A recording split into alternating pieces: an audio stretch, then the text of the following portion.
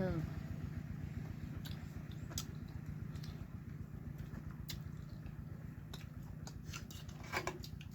กินหมูตั้งกินหมูไร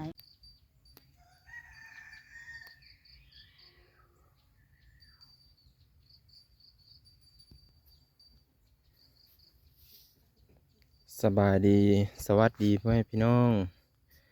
ไอายปลาลุงเมื่อทุกคนเด้อที่เข้ามารับชมเบิ่งและติดตามช่อง YouTube บ่าวบ้างเมื่อนี้ตอนเช้าเด้อทุกคนเด้อก็คือสิได้ใส่ข้างมักทั่วเนาะตัวผักหยาวกำลังขึ้นงามเลยทุกคนเลยเสียดายเสียดายบงมากินก้อนเนาะเอามาครับเท่าไหร่เนาะนี่เห็นบ่บงกินแล้วพี่น้องนี่เห็นเลยโอ้ยหมดเลยบัดตัวนี้ก็ยังนี่แถวนี้ก็เริ่มแล้วเริ่มมีแล้วแต่ว่าแถวนี้หันยังเมิดเลยตอนแรงจังสิฉีดยาเนาะยาฆ่าเพี้ยฆ่าบงนี่อร่อยกำลังใส่ข้างมันอยู่ตอนนี้ซ้อนให้ใส่ข้างมันเนาะเอาสบายดีป้าลุงก่อนสวัสดีปาลุงไผสิเอาอันนี้มาใส่บ่ใส่อันนี้บ่แม่นแนวผู้ตัดมาบักลายนึงบ่ใส่ผู้ไปดึงเอาอยู่ผู้ตัวนี้บ่ใส่บ่ฮักมันอีกต้นกระถินต้องปาไว้ตั้งหากเอาแต่ไปตัดมาแล้วเพราะว่าสิไปฮักตัวอื่นใส่บ่ได้ดิ นี่เห็นบ่ไปไม่ไผ่นะเอามาเลยเอาตัวนั้นน่ะทุกคนเดี๋ยวเอามาแทงตัวนี้ใส่ก่อนใส่เป็นว่างแบบบ่อเด้อตอนนี้มันกำลังสิได้เสียบข้างมันใส่เนาะใส่ข้าง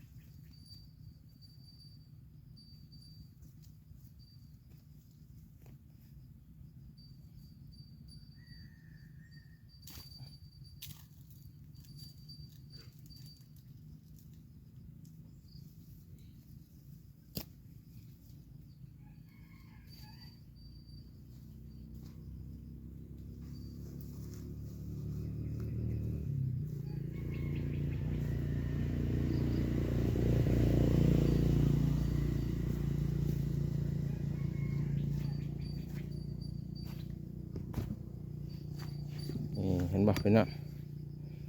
จะประมาณนี้นี่จะใส่ข้างไปสิเพราะว่าคันบ่ใส่ข้างกะย่ามันลามไปทางอื่นนะเราก็เลยใส่ข้างไป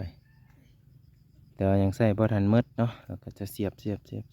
ไปสุดไปเลยทุกคนเอาไปแก้วอีกอยู่นอกหันยังอยู่ยังร้ายเติบอยู่ทุกคนเห็นป่ะเป็นแถวงามเลยเนาะกะ3 คันคือเก้าแต่ว่าเพิ่มขึ้นมาก็คือร้ายเนาะใส่ใน3 ไหนเนาะ 3ไหนก็ออกหมาทุกอันได้แหละทุกคน เพราะว่าเป็นในมะทั่ว2 ปีเลยนะเออแล้วก็ใส่พุ่นนี่ก็สิหลายสมควรอยู่เพราะว่ามันต้องกินพุ่นหลายๆนะนี่ก็ปลูกไปแล้วก็คือผักหอมน้อยเนาะแล้วก็ผักบงผักคะนี่ลงหลายเติบอยู่ทุกคนผักคะนี่ประมาณอยู่10 ขุมเนาะแล้วก็ปลูกแบบนี้อีกนี่เดี๋ยวพามาเบิ่งนี่อันนี้คือผักคะปลูกไว้สิเลย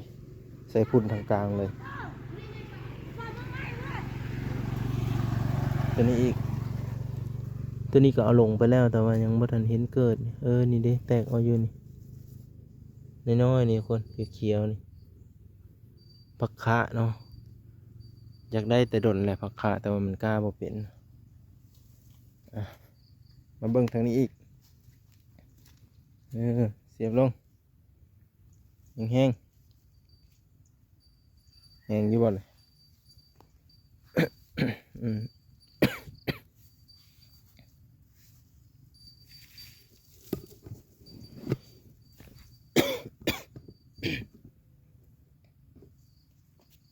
เสร็จตัวน้อยอันตัวนี้ตัวใหญ่เสร็จ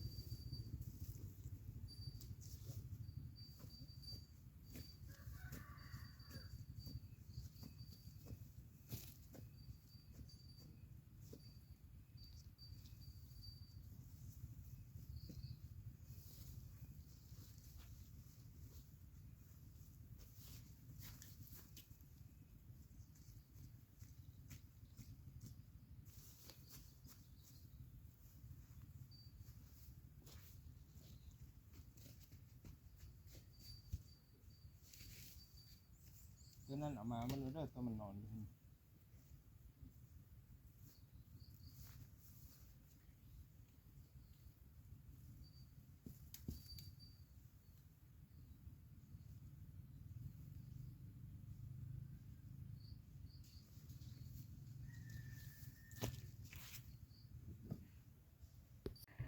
ตัวนี้ก็คือแล้วเลยเนาะทุกคนแล้วหมันแหละเสียบใส่หมดแหละขึ้นไปตัดกกไม้อีกทีหนึ่งนี่มันห่มร้ายทุกคนย่านมันบ่เป็นมากก็เลยตัดลงครั้งหนึ่งแล้วก็ลงมา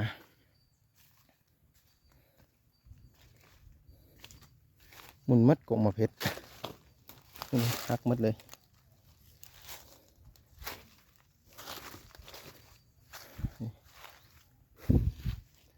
อย่างอีกถึงบ่สู้อย่างนี้ดิ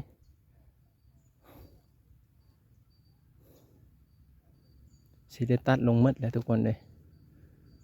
เพราะว่ามันห่มแหละกกไม้เขามันบ่ใหญ่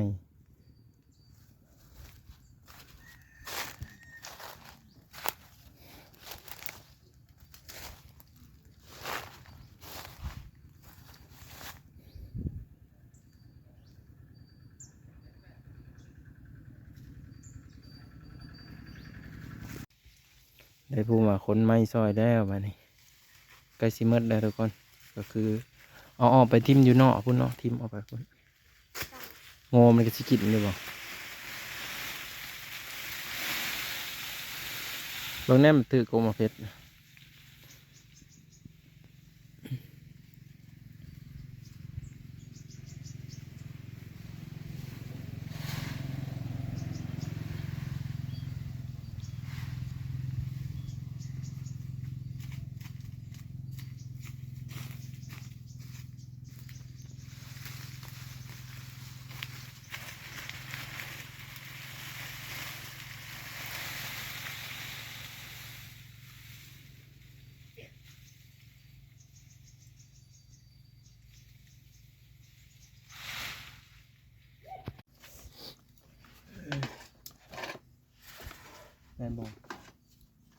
ด้อกินตำมะต้องนำกันนี่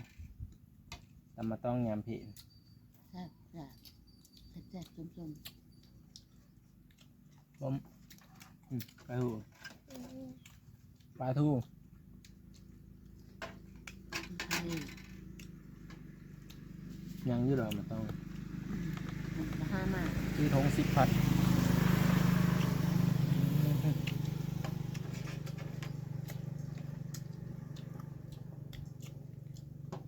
มันเอามาปูแล้วมันในมันที่มอโซนน่ะเป็นรถนี่มาอยู่นั่นเป็น2 ก๊กอยู่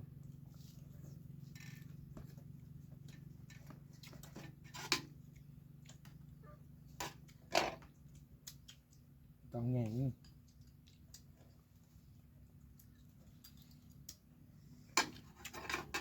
อืม จำละต้อง แค่ไทย เอาบ่น้อยบ่เอาไปซะบ่น้อยเช้านี่ ก็ไปจากน้ อยู่เซ่ ำลูกพายซื้อลูกพายซื้อเลย ไม่มีกันหนาเลย น้ ตักน้ำไส้นี่ ำมันกิน แซ่บแซ่บบิวบิว น้ำกินดับบนเกาะแล้วมันเป็นน้ำซ้ สดเหมือนกันเด้อนี่ส่วงว่า ำเอาชาวเป็นคน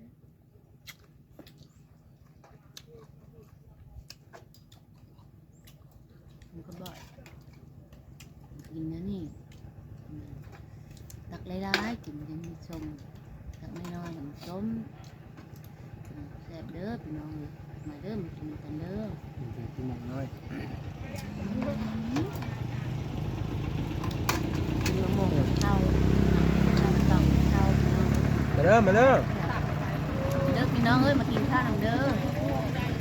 แซ่บแซ่บไม่เคยพอไม่เคยกินยากเลยแบบนี้ ไง เลื เด้ อง กต้องข้าวตีละออกมาบักอันนี้ของเบาอะเยอะๆทำให้ได้กิน เยอะแล้วของฟรีเพื่อสิมีเยอะแล้วบักลอย ก็จะมาดู ดูกินในมัน มันอิ่มแล้วแสดง อืม มันของฟรีมันเยอะบักลอยแล้วบักลอย อืม น้องมีฟรีเลยไม่เยอะ กินก็ทั้งส้มทั้งแซ่บ สดนะมัน อืม มันกับย่านมันไง อืม ย่านมันต้องไม่จัก